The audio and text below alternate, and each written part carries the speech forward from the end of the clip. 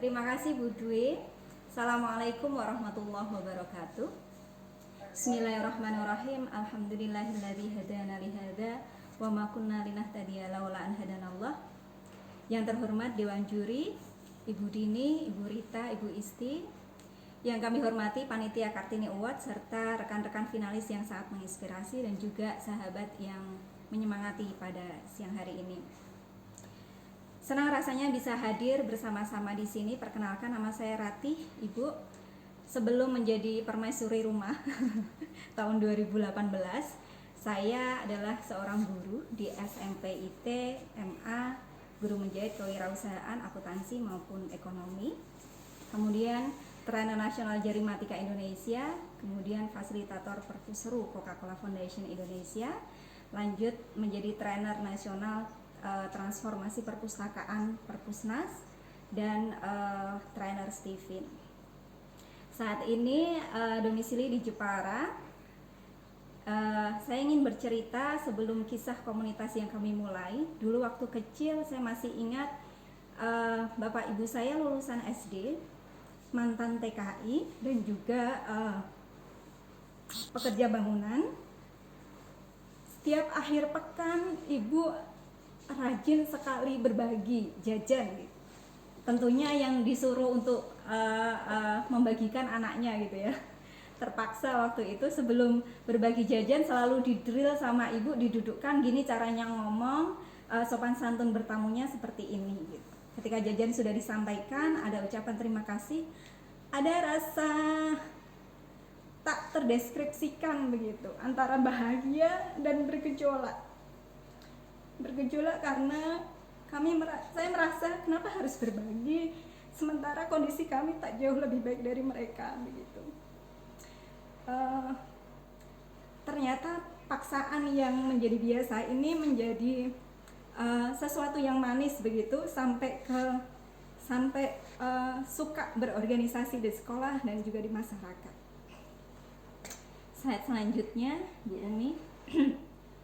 Kemudian saya menikah muda, semester 3 kuliah, hamil, melahirkan anak, terkena baby blues, sindrom baby blues, cah cilik kok ambil cah cilik. Jadi pusing karena tidak punya ilmunya, terus sudah mulai tersentak dengan dinamika pernikahan, ternyata menikah tak cukup hanya dengan cinta, tak kenyang juga dengan kata-kata. Tersentak, ternyata benar Allah akan memberikan pemahaman seiring dengan laku perbuatan. Ketika kejadian demi kejadian di pernikahan itu sudah tidak terasa lagi sebagai ujian, tapi sudah nampak terlihat seperti peringatan begitu. Ketika kenyataan tidak sesuai dengan ekspektasi atau harapan, ternyata disitulah cara Allah memeluk hambanya. Allah Maha Baik, kemudian memaksa kita untuk siap menjadi murid, kemudian Allah menghadirkan guru terbaik begitu. Akhirnya kita bergerak, saya harus bertemu dengan teman yang punya semangat yang sama, bisa memproduksi bahagia bersama-sama, saling menularkan semangat dan bertumbuh memberdayakan. Akhirnya, boleh slide nextnya Bu Umi. Akhirnya kami mulai berkomunitas tahun 2013. Kami menghadirkan kelas jauh ibu profesional sama seperti Bu Hasiah Zen ya di komunitas IP dengan platform WizIQ karena waktu itu belum melek IT tahun 2013. Jadi kami menggandeng perpustakaan daerah Jepara untuk memfasilitasi kami proses WizIQ maupun Google Meet. Pesertanya hampir 300-an orang silih berganti, mereka datang pergi dan hanya berada di tataran output itu sampai tahun 2015 sampai berganti kepengurusan. Kami juga menginisiasi sebuah kelas komunitas namanya kelas pranikah. Berawal dari tadi saya menikah tanpa ilmu, jangan sampai adik-adik kami, anak-anak kami punya permasalahan yang sama begitu. Kelas pranikah santri bat 1 ini kami menginisiasi karena nggak mungkin kalau saya menjadi foundernya, pasti kalau saya yang datang adalah emak-emak begitu. Akhirnya kami menggait organisasi pemuda IPNU IPPNU, 395 peserta pakai platform WizIQ. dan ditutup secara resmi oleh Wakil Menteri Agama RI Pak Zainud Tauhid. Kemudian tahun 2017 sampai sekarang komunitas Bisa Habat kelas istripreneur. Kelas istripreneur ini kami tidak mau lagi terjebak di tataran output. Ketika berkomunitas, orang datang silih berganti tanpa tahu mereka mendapat output, outcome, apa dampak begitu. Sehingga kami sebut ini namanya kelas istripreneur. Boleh diganti slide-nya, Ibu? Next. Atau berarti mau presentasi sendiri? Iya, saya presentasi sendiri. Saya jadikan host ya, iya siap.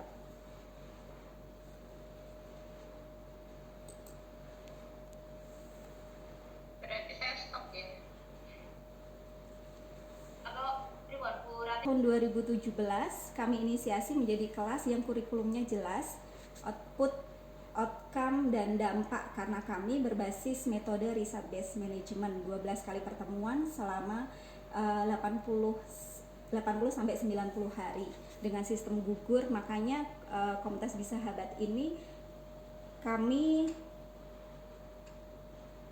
sudah bisa slide-nya.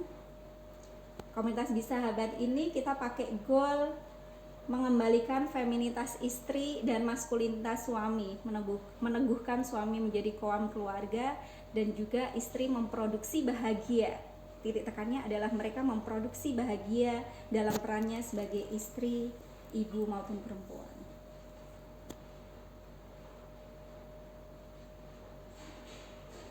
Ya, next slide. Kurikulum Bisa Habat mengusung 2 tema besar. Tema besarnya adalah fundamental istri yang pertama, yang kedua adalah fundamental entrepreneur. Seperti sebuah ungkapan, ketika ada perempuan lapar, jangan nasihati dia berpuasa, tapi berikan dia makanan pelan-pelan sambil menasihati dia manfaat dan keutamaan puasa. Artinya kelas Bisa Habat ini dikenal orang sebagai kelas entrepreneur, namun sejatinya kelas Bisa Habat ini adalah kelas bengkel hati, bengkel jiwa. Kami meluruskan niat kembali, membangun mindset yang benar tentang fundamental feminitas istri dan maskulinitas suami, sehingga semuanya kembali kepada fitrahnya. Suami istri ridho, anak-anak bahagia, keluarga sejahtera. Next slide.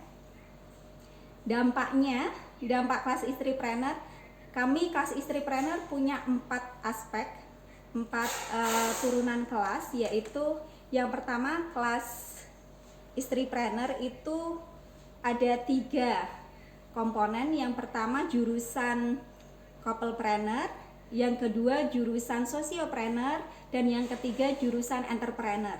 Jurusan couplepreneur ini adalah kita memfasilitasi istri untuk bergerak bersama suami membangun usaha keluarga. Artinya suami istri punya peran yang sama di satu ekonomi keluarga begitu. Ada contohnya di sini. Yang kedua, sociopreneur adalah para istri yang dengan suka hati, dengan ikhlas menggulung bisnisnya dan full menjadi ibu rumah tangga murni dan memberdayakan dirinya untuk kebermanfaatan, sehingga menumbuhkan komunitas-komunitas baru.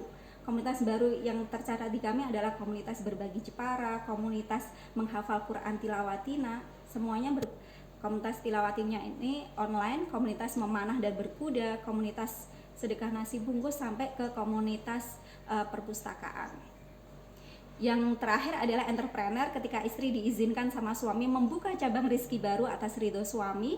Kami juga memfasilitasi 50% dari anggota kami membuka usaha baru sesuai hobi mereka. Antara lain ada tenun shandana, ada dayuku cheesecake, ada cemilan oishi, abida snack, dan lain sebagainya. 3 ini semuanya merujuk kepada fundamental peran istri. Bisa di next. Anggota yang di kelas istripreneur 131, karena sistem gugur Ibu.